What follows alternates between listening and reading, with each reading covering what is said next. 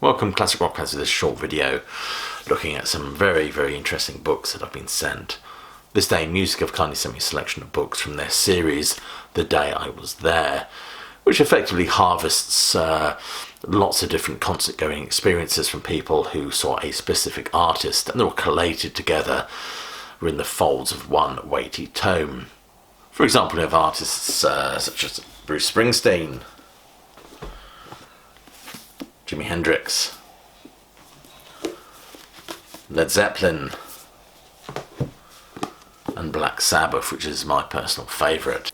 I was reading through these books last night. They're absolutely fascinating read, and I've selected some interesting passages from each one to share with you. For example, from this one, Black Sabbath, Tom Newman recounts his experience of seeing Sabbath on the 3rd of December 1975 at Madison Square Gardens.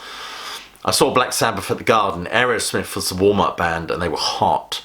After their hour, the audience wouldn't let them leave the stage and they ended up doing 3 encores.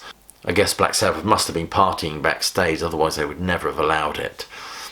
When Sabbath did take the stage, Ozzy was so stoned he messed up the lyrics and was slurring all his words.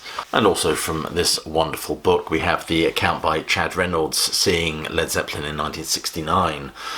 Just after I graduated from high school in June '69, I was given tickets to see the mighty Zeppelin with Jethro Tull as a warm-up band. Each had only one album out at the time and were promoting their second. I thought nobody could follow Ian Anderson and Mick Abrams, but then the lights went down and a single light focused on a mass of blonde hair. Plant grabbed the mic and said, "Good evening." Zepp then proceeded to rip the roof off. Some wonderful, wonderful accounts of seeing these bands in their heyday from fans who were actually there. These really are absolutely fascinating read. And from this remarkable book on Jimi Hendrix, we get the account of Annie Soderman, who saw Hendrix at the Imperial Hotel, the 2nd of February 1967, Darlington, UK. The ballroom was absolutely packed. I think at the time there should have been a maximum of 150 to 200 people. But there was far more than that. People were standing on tables and chairs as the ballroom floor was so crowded.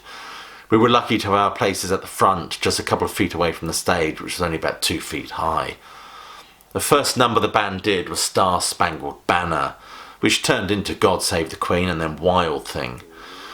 It was incredible. At one point during the set between songs, Jimmy was talking to the audience and some spittle flew from his mouth and landed right on my cheek.